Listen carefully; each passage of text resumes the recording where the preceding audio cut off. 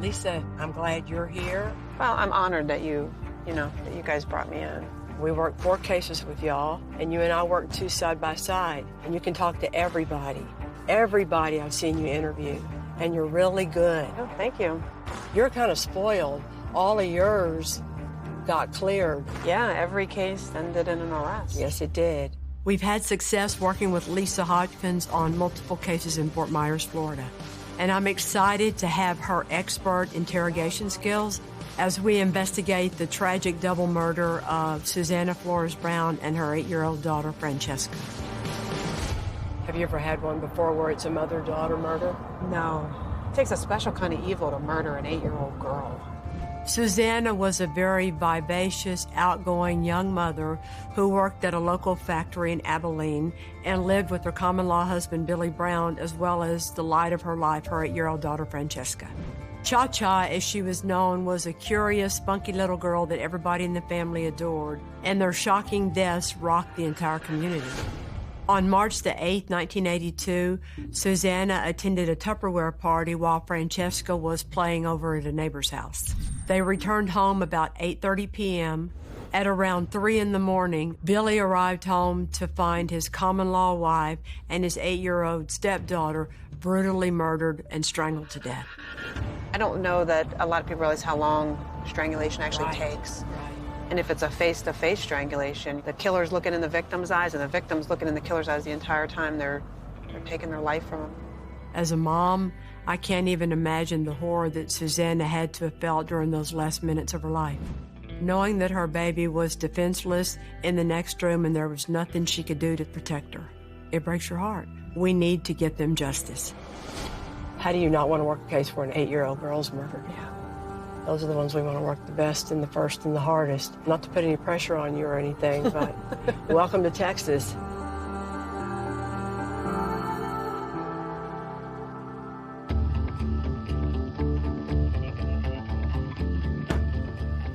Good morning. Good morning. How you doing? Good. I'm Kelly. I'm Sean. Nice to meet you. I'm Jeff. Hi, Jeff. Nice to meet you. Oh, I love this case. She does too. Yeah, that's good. So, day one, this is kind of different for us to start off by looking at the crime scene. What are you thinking? Why do you want to do this first? When you go in there and you see the crime scene, how small it is, look at where we believe the bodies were laying, where items were at. Okay. I think it helps put everything in perspective. What'd y'all do, build like a mock-up of it? Yeah, How'd we you had some do folks that? help us out and build a mock-up, kind of give a representation of the house. Was it hard?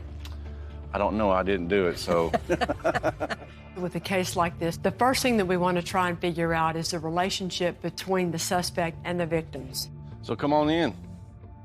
With the brutality of this case, with the weapon involved, with the way it happened, we're going to try and figure out, is this someone that she knew or is this an unknown killer? Okay, so what happened at first, Jeff?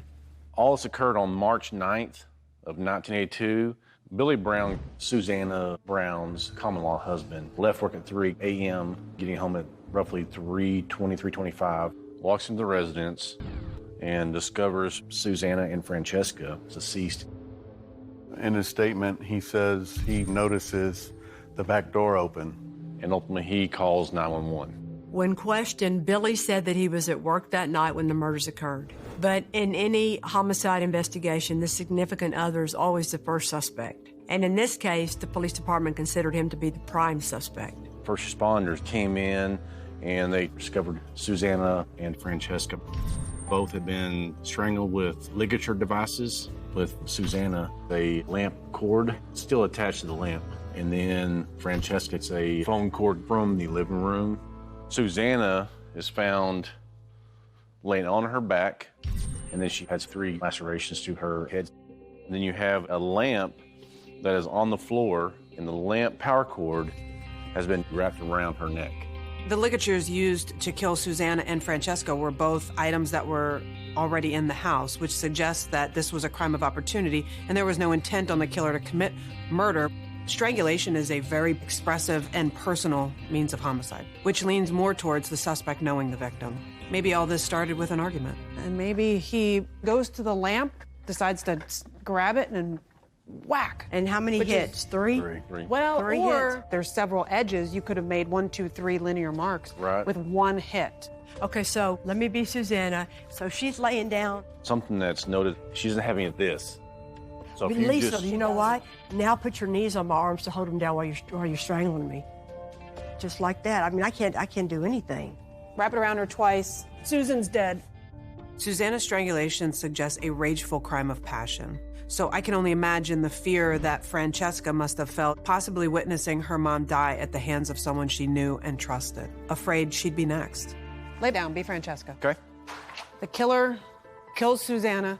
Cha-Cha either came in, saw me, screamed, cried. Now I gotta go take care of her. I'm gonna come in here, I'm gonna grab this phone cord. Cut. It's cut twice. It wasn't ripped out of the phone and it wasn't ripped out of the wall. It's cut twice. She's under the bed. Grab her by her feet. I'm gonna pull her out from under the bed. I'm gonna take the cord. I'm gonna wrap this around and then I'm just gonna hold this here. She's gonna die right here. I don't think that anybody thinks that there's a motive to kill an 8-year-old little baby. So she was never the target. Whether they knew she was going to be a witness when this all started, or she cried out and made herself known and became a witness later, whoever did this was not going to leave her alive, and that's why she's a victim. Burglars want to come in and they want to take your stuff. Whatever it is, they can grab and carry and get out. Burglars don't want to hit a house where there's people at home. There was no drawers open, like people were good rummaging through things, or Any signs of forced entry? According to the officers and everybody that was on the scene, no. Mr. Brown's statement, he referenced seeing the window open, but I think the window's a non-starter because the screen's on the window. If somebody broke in the house and used the window as their entry and exit point, they're not going to take the screen off and then put the screen back on. It's just not logical. There was nothing stolen. While the window and back door were open, there were no signs of forced entry. Is it possible that Billy attempted to stage the scene to cover up his tracks? We don't know, but at this point, none of us believe that these murders were committed by a stranger. It doesn't mean it was Billy, but it does suggest it was someone she knew. Well, this was very helpful. I kind of like doing this part first. Yeah, absolutely. Absolutely. All right. All right, awesome. Drive me home. It's getting late. If I stay here any longer, things will never be the same. Susanna's sisters, Linda and Rita, still live here in town? Yes, ma'am. They're ecstatic that somebody's looking into the case. Good. They got to deal with losing their 30-year-old sister and their 8-year-old niece. They say time heals all wounds, but not all wounds. No. The Abilene Police Department is a new cold case unit, formed December last year. This has been a passion I've kind of found working cold cases that really need attention. Hi. Good to see you again. When you find a cold case that involves a mother and daughter, it was a tragedy, and I wanted to find a resolve. She was our big sister and a wonderful mother. She was pragmatic. She looked after us and made sure that we had what we need, be it material-wise or just, moral support. How often did y'all get to see Francesca? As often as possible. She was our baby. What was their mother-daughter relationship like? You know, Susan had her in all different kinds of things. The brownie thing, the ballerina thing. She was just sharp as a whip. Susan was a very strong young woman. Everybody loved her. She had lots of friends. And then Cha-Cha came along. Oh my goodness. She was just a little bundle of joy from the day she came into our life. Just very curious about everything, everyone. She was an angel. Okay, talk about Bill and Susan. When did they meet? We used to go to the nightclub, go dancing, and she met him. At the clubs? Mm-hmm. Okay. He was a cool guy, dressed well, spoke well. Kind of smooth, charming? Yes. Yeah. I didn't like him because I just knew he had a bad reputation. For?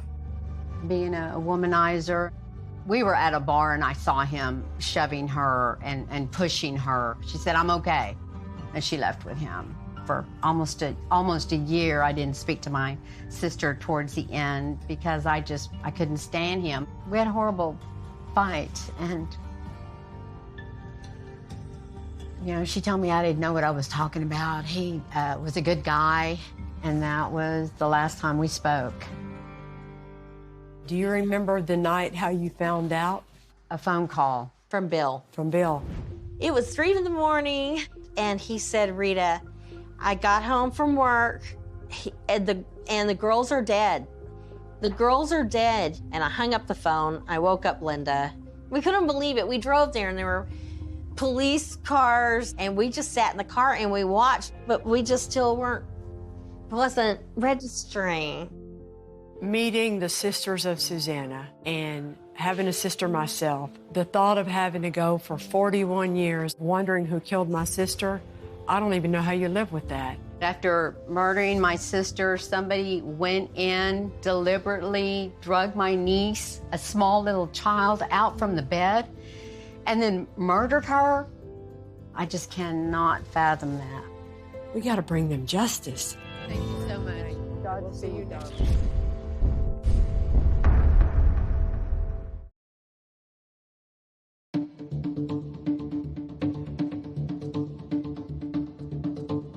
Okay, 41-year-old case, 1982.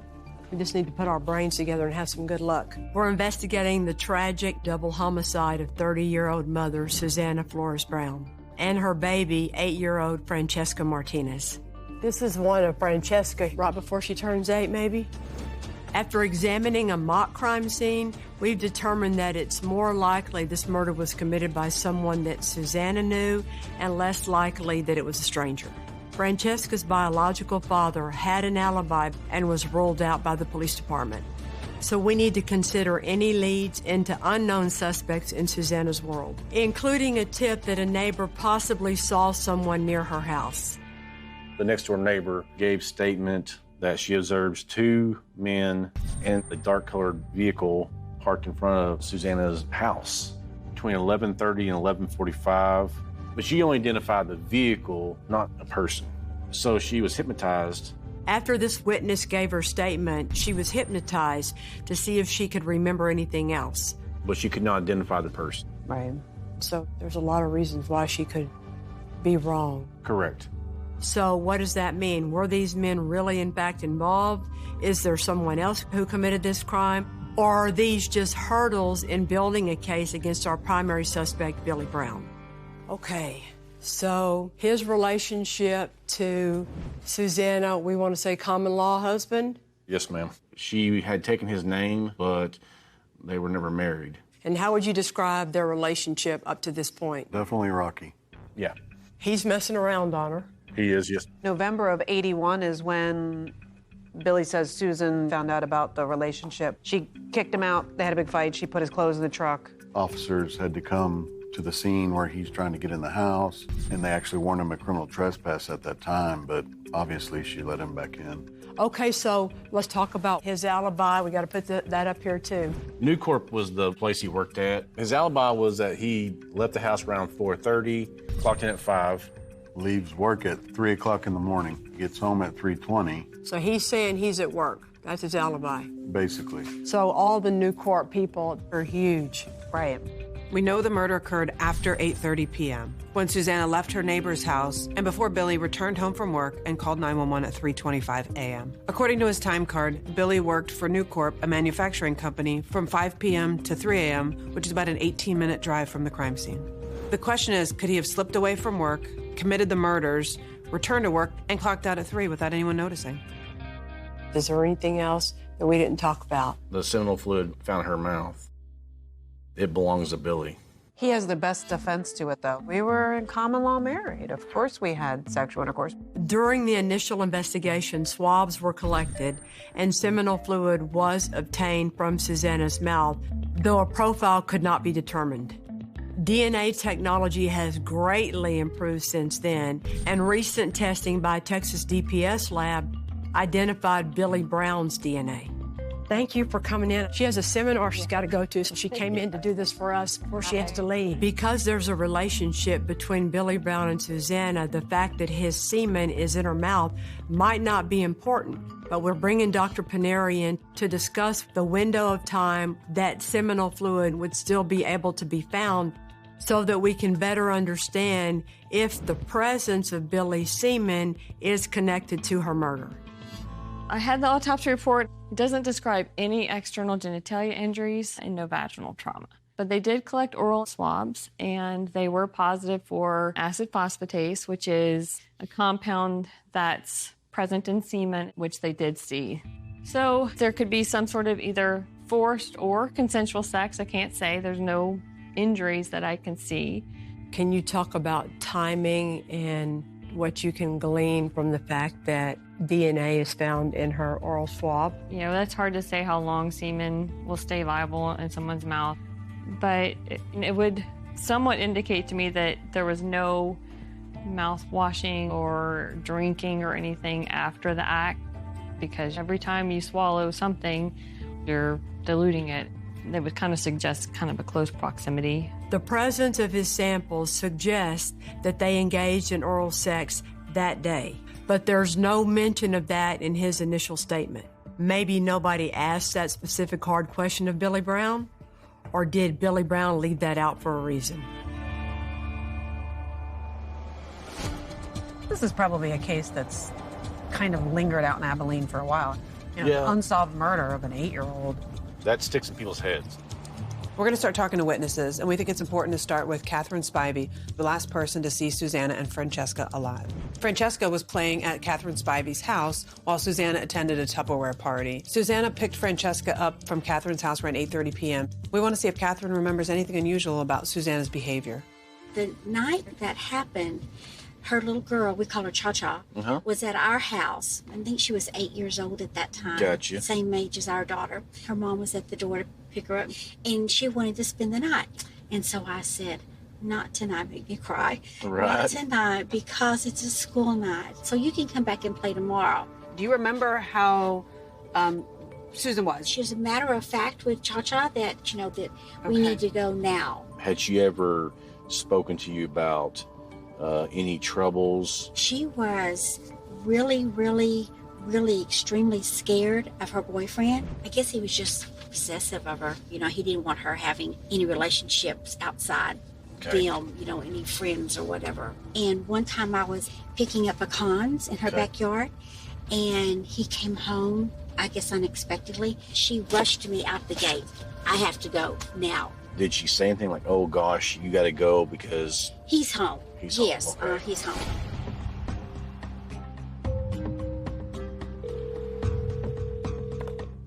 Yes, hey, this is Richard Flores. Susanna's brother, Richard Flores, was at the scene the night his sister and niece were killed. We're hoping he has some insight into how Billy Brown was acting. So what did you know about Susie and Bill? You know, I didn't care for the guy, and after she was dead, we were standing out there in the front yard. Everybody was there, the cops and everybody. He didn't show no remorse at all. He was over laughing and joking about a bottle of whiskey I'd left there about a week before. And I told him, last time I seen her is when I went down there and I took that bottle down there. And he said, oh yeah, I seen that bottle. He said, that was damn good stuff. Did you find that odd at the time? I did, because, you know, she just died and he didn't seem like he really gave a hoot. What did she tell you directly about Bill? Well, she was trying to leave him, and he didn't like the idea. And next thing I knew, she talked to me and told me she was wanting a pistol. Do you remember what she said it was for? She just said she needed one. Okay. But, you know, I just kind of blew it off, but shouldn't have. But the next thing I know, she's dead in my niece. This is the first we've heard that Susanna wanted to end her relationship with Billy Brown and was in fact fearful. But was she fearful of Billy's reaction to her moving on? Or was there already a new man in her life capable of murder?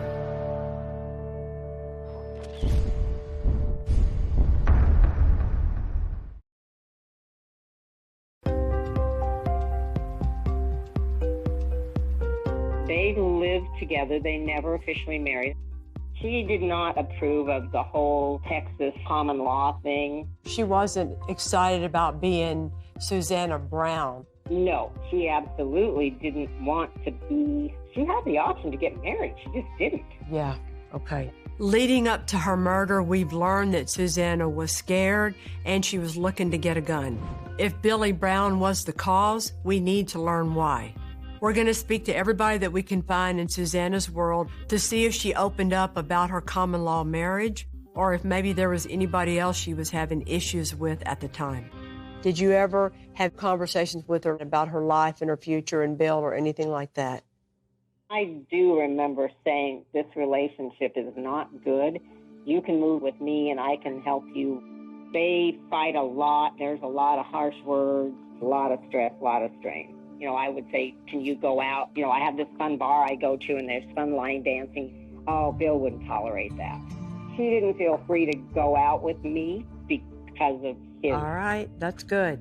I remember her talking a lot about the, because I was younger than her by a bit and then looking for a boyfriend. So she would say, you know, I wish I wanted sex as much as you sound like you want it because I've kind of got to perform more than I want to. Be more descriptive. What do you mean? I can remember her saying, I'm not that excited about sex because it can go either way. If it doesn't go well for him, I have to try to work into it by talking, you know, oh, no, you were good. It was me. It's my fault. You know, it can get ugly. He just got moody. Then I've got the rest of the day or the night or whatever and just put up with short-tempered, snotty remarks and snide remarks. Okay. The physical evidence tells us that Billy and Susanna engaged in oral sex in the hours before her murder. Maybe their physical incompatibility played a role in what happened that night. You've been super, super helpful. Thank you so much. Billy Brown told the police back then that he was trying to call Susanna for quite a while before he was finally able to get a hold of her. Is it possible that their ongoing sexual problems emasculated him? And when Susanna didn't answer the phone, his feelings of insecurity, jealousy, and control took over, sparking an argument that escalated into murder. That's great. That's great. Ooh.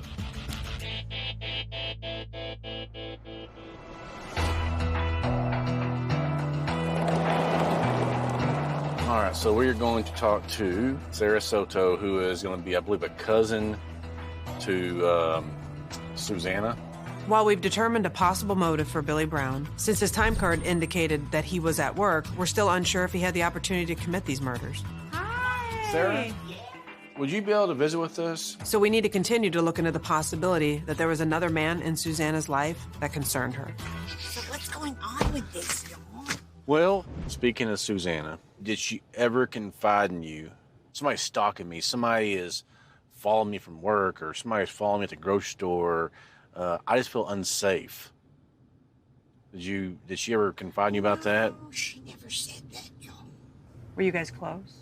Yes, we were real close because we used to travel. I mean, we got close to where we went out of town to Dallas to go see kinfolk, and we'd be laughing and talking. When she met Bill, it was like she stopped coming up. So almost like a different person. Yes. And reference her and Bill's relationship. I don't know how much you saw or didn't. Well, nothing, because I never went to their house. Okay. But this one time during the late part of summer. Summer of 81? Yes. Okay. She called me and told me she was on the way to my house. She said, I want you to go with me, go to the hospital. She said, I was in a fight with Bill, and I think I've lost my baby. I think I'm fixing to lose my baby, is what she said, you know. So we didn't even know she was pregnant. Mm-hmm. You know, the whole time she was crying, and she was bleeding, and then who got her there, she had lost it. You know. It's like a miscarriage? Yeah, miscarriage. Okay. And I remember she said, Sarah, you can go now. She said, I'll be okay. Well, as I was walking out of the emergency, here comes Bill, and he's going like, I didn't do nothing to her. I promise, I didn't hit her. I didn't say nothing to her. Did you see any injuries on her that would look like she had been in a physical altercation? I did see a bruise on her. But she was like, kind of scared.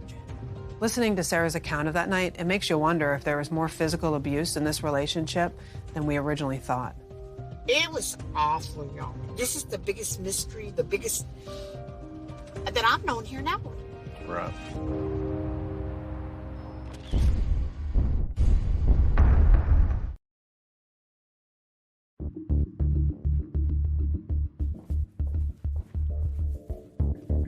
Good morning, guys. Morning, how you doing? Morning. Good, good. We're building a strong circumstantial evidence case against Billy Brown for the murders of Susanna and her 8-year-old daughter, Francesca. But if Billy is our killer, we still have 2 hurdles we have to overcome. These rumors of other individuals being around her house and his alibi that he was at work. Hey, I wanted to touch base with you about the case back from 1982. Do you remember that? That's been so long ago, I hadn't thought about Texas at all in over 20 years. During the initial investigation, this neighbor who was a witness was hypnotized in the hopes to see if maybe there was more she could remember about seeing those men hanging around Susanna's house that night. I remember being out in the yard because I took the dog out and I saw people standing by a pickup truck or a car or something down the street. It was something that wasn't unusual. I didn't hear any gunshots. I don't even remember if somebody got shot or what, but I didn't hear any special noises. But it was a group of people, maybe 2 or 3 of them, and I thought they were men. I didn't see anybody doing per se anything. I just saw some individuals standing down close to I think it's the house where somebody got murdered. Okay. Were they standing by the house? Were they conversating with somebody? Do you recall? There was more than one of them, so they had to be talking to each other, and I couldn't give you proper details, so that's why they thought maybe if we put me under hypnosis, then maybe I will remember something more or have a little more clarity, but it wasn't enough at the time. That's why it went cold. So you just saw the gentleman out front. You don't know anything about the actual murder or the homicide? No, that's about all I know. I do appreciate it. You're welcome. All right, bye-bye. Bye-bye. I think she was in the area at some point, sees a bunch of guys, and is just like, oh, these guys are hanging out. So when the police get to her and they ask, hey, what do you know? Well, I don't know. I saw this thing. I mean, she clearly knows absolutely nothing about this murder. She's like, well, I don't even know if it was a gunshot. I don't even know what night she's really talking about. Well, like you said, Lisa, she's just referencing it. Could have been a gunshot. It could have been a stabbing. She has no Not idea. a clue. She didn't even hear about it afterwards, surprisingly. The problem with hypnotized, the courts have ruled, the only way anything is admissible is if the witness or report can accurately reflect what they saw and knew before they were hypnotized versus after. And she can't, and the reports don't.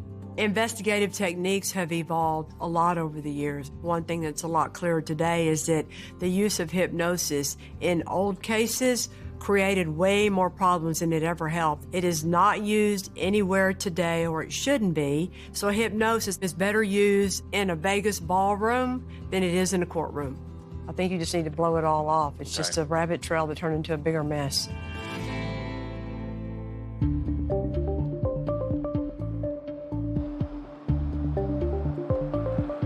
So Josie worked for New Corp in 1981, and during that time, she met Billy Brown.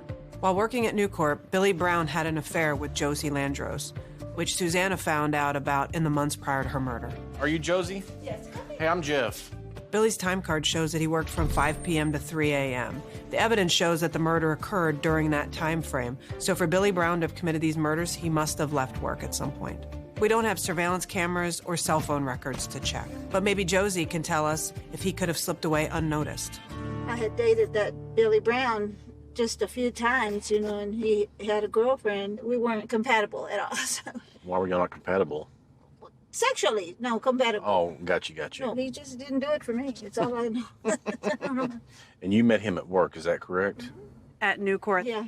Was there security in the parking lot or anything when you left, or you could just go out, get in your car, and just drive off? Get out and leave. But, you drove right through the gate. I mean, It wasn't locked or anything. No, somebody checking IDs. No, none of that. So you came and you could come and go as you wanted. Okay. Everybody was all over the place over there. So not real tight management. And you guys clocked in, clocked out, correct? Mm-hmm. Okay. All right. Did anyone ever clock in or clock out for their coworkers? Sometimes they did. Like, hey, I'm going to be late. Can you go ahead and clock me in?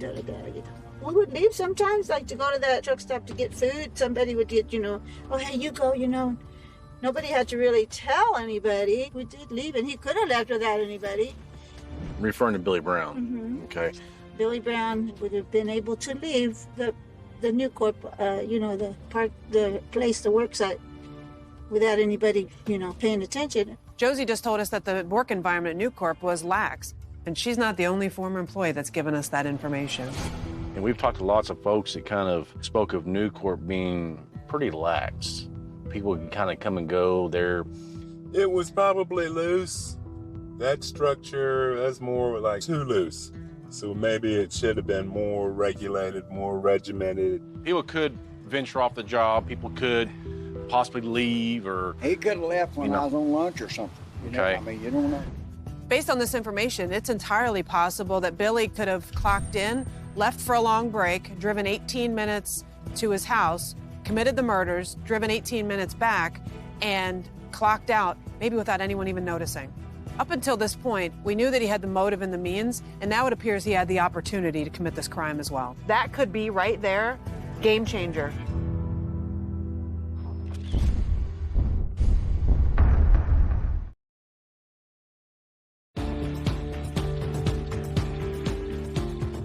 This is the part where the nerves start setting in. And we'll just go and park over there in his neighborhood, probably a few houses down from where he's living, wait for him to get home. It's time to confront our suspect in the 41-year-old murders of Susanna and her 8-year-old daughter, Francesca. And that suspect is her common-law husband, Billy Brown. I'm going to give him every opportunity to talk to us. Tell him, basically we're working for him. We're trying to solve the murder of his wife and his stepdaughter. We've heard about Susanna and Billy's volatile relationship. We've also been able to poke holes in his alibi, but most importantly, the semen in Susanna's mouth matches Billy Brown. If he can't explain why it's there, that could be the key to this whole case. This is him right here. Oh, garage door. Garage door. How you doing? Hey, I'm Sean Montgomery. I'm with the police department. This is Lisa. Hey, we're wanting to talk to you about Susie and Cha-Cha. Oh. Yeah. Lord. Stay here so we can hear. And y'all were married at the time, right? Common law, because she took your name? Right. Y'all got along? Oh, fine. Yeah. I messed up one time. I partied one time and didn't come home, and she came and put dirt in my gas tank because she was mad at me. I go home, and she was afraid that I'm going to be real mad, so she called the police. And I left, and then I was back home the next day. So back then, were you a jealous person? I didn't like clubbing a lot, stuff like that. What about if she had people over, like while you went to work? Were you okay with that? I guess. He describes her life as hunky-dory and wonderful. No problems with anything. No. Was Susan ever pregnant and had a miscarriage? Susan had an abortion. Did she go to the hospital after she had the abortion? Like bleeding or anything? Like vaginal bleeding? You know what I mean? I don't know. Okay. I think so. That day. And you went to work at 5 and work until 3, right? At 3 a.m., I believe. Yeah. I can tell you I called her on my break. We all got a break about 10 p.m. Yeah. Did you talk to her? Yeah. Okay. She seemed okay? Didn't tell you anybody was over? Didn't seem anything? Same every night when I called. Nothing different. Well, you would stop home sometimes during your break. No. It's too far away. 15 to 18-minute drive. How am I going to do that on my break? I only got 30 minutes. Never left the facility on a break? On break, I don't think I ever did. You don't think you did? I don't think. Maybe still 40 years ago, man. So people would go in and out of the gate at break time. Not Billy. Not Billy. No, not Billy. But I don't think I ever left at 10 o'clock because we had from 10 to 10:30, right. And we were back on our machines. And we had a time clock. Mm-hmm. But we know that people would clock in and clock out for each other. I wouldn't do that. I never clocked anybody out, and I never had anybody clock me out. See, listen to how good he sounds right now. He's not nervous. He's not shaking. Well, the longer he talks, the more comfortable he's getting. Yeah. Well, the problem is that your alibi has worked. And we know that you can come and go from Nucor. Nucor was lax about their policies. People would check people in, check people out. You could have left work for an hour, still look clocked in, and had time to do this. So you're going to fit 36 minutes of driving time and a double murder into 1 hour. You could do it. Wow. And then go back to work and like, hey, nothing, hey, come on.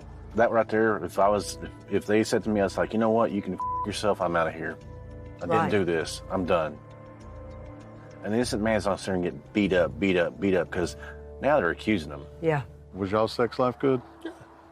No complaints from either one of y'all? No. How did Susan feel about oral sex? giving it? She didn't mind. Okay. I wasn't very fond of it. So you guys weren't big into that or anything? No. Okay. I don't care for oral sex. Well, you're about the only man on this planet that don't care for that. When was the last time that you had sexual intercourse with her? It probably would have been fairly recent. Can you say definitely not that night? The night I went to work? Yeah. I can say no that night, yeah. Okay. I've never been into me performing oral sex on Okay. Okay. Billy Brown is saying that they definitely did not have sex the day of the murder, but that is not what the DNA says. That is huge. He may be a smooth talker, but how's he going to talk his way out of this? I got a question. Okay. Susan is lying there dead, and your sperm is in her mouth. No, it's not mine. Yes, it is. No, it's not mine. Absolutely it is. No, it's not mine. No, it is not mine. No, it is not And if the mine. lab says it's yours. No. If your DNA says that, your DNA has been concocted. Can't be mine. I'm sorry. asking you to explain it, and you don't. No, And you're not giving me an explanation there's- other than going, "Nope, that can't be true." You're pointing at me like I'm the guy. There is evidence that you are the guy. Okay. There is evidence that If you are you the guy. say so, yes. I say no. I can't tell you when the last time we had any sex. I'm sorry, but I know damn well it wasn't in between my shift anywhere. I did not leave work. There's no reason for it to be there. Did you kill Susan? No, Did you kill Francesca? no. If you see killer anywhere standing here, then you need a new job. All right, Mr. Brown, I appreciate you talking Yes, to sir. us, okay? Yes, sir. I don't think that Mr. Brown did anything to help himself in this situation. I don't think he said anything that makes us second guess him as the main suspect. And the fact that his sperm is in her mouth, that's going to be hard for him to explain when he just says it never happened. He wants to convince you that he's not the guy. Doesn't matter what evidence. If there's evidence that points to him, that's not, nope, that's not real evidence.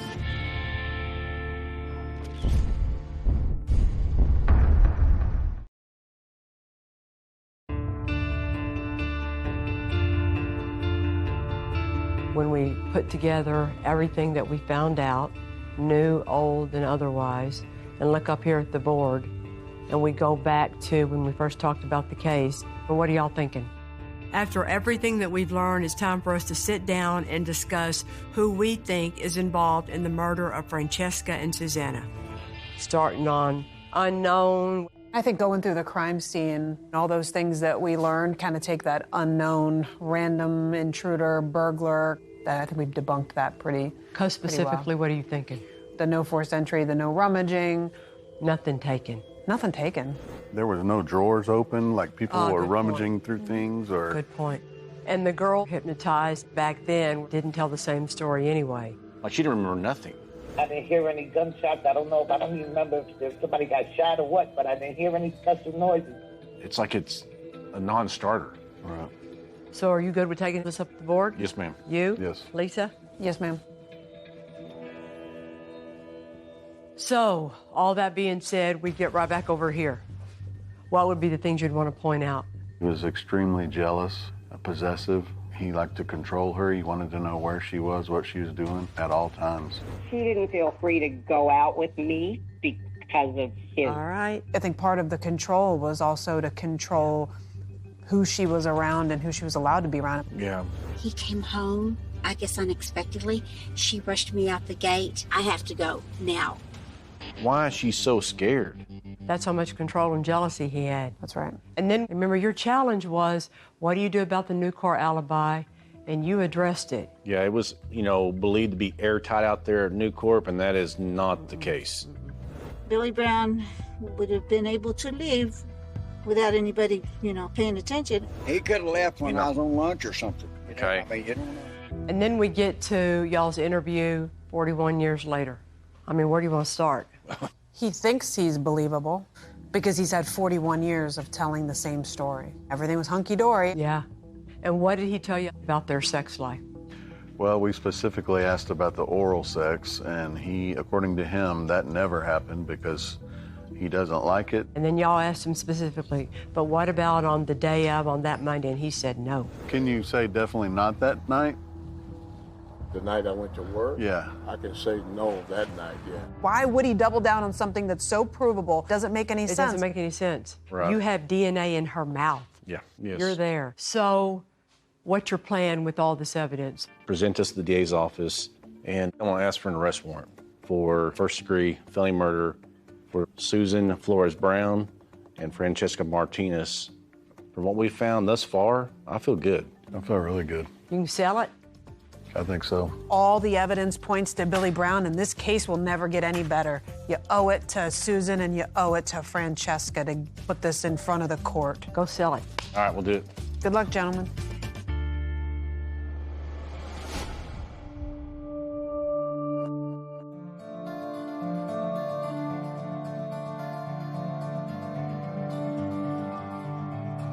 When I met Linda and Rita back in 2020, it was very apparent that this case has affected them over the years. It's very just heart-wrenching. Hello, ladies. Nice to see y'all. So I've put a lot of pressure on myself to be able to go to them and tell them, we know who did this, we can prove it, and we're going to arrest this individual.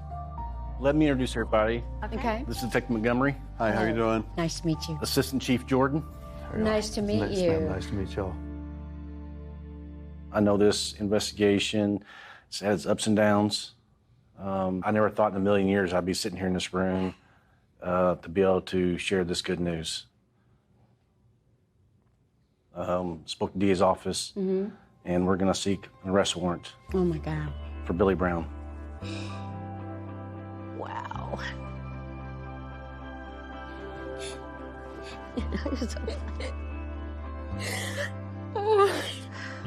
Finally. Oh my God. Finally. I didn't have my hopes up because it's been so long, and I just thought there's no way they can do this. It's been 41 years. And to hear this news, it's just unbelievable. It's like a dream. I'm going to go visit their gravesite and let them know so they can rest in peace now. I thought about it every day for 41 years.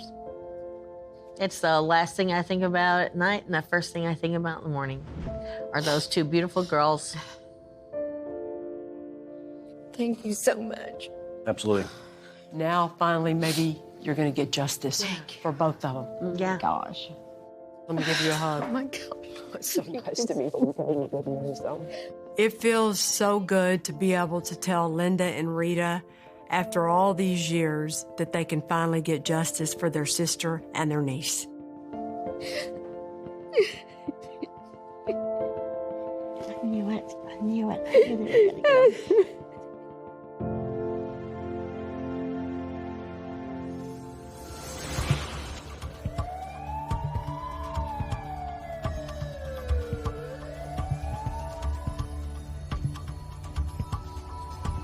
What's up, man? On October the 27th of 2023, Taylor County ADAs Aaron Stamey and Jeremy Beasley issued an arrest warrant against Billy Brown for 2 charges of murder. I know I didn't do this, so I need to talk to somebody. Okay. You got the wrong guy, man. I'm sorry, that's all I can tell you.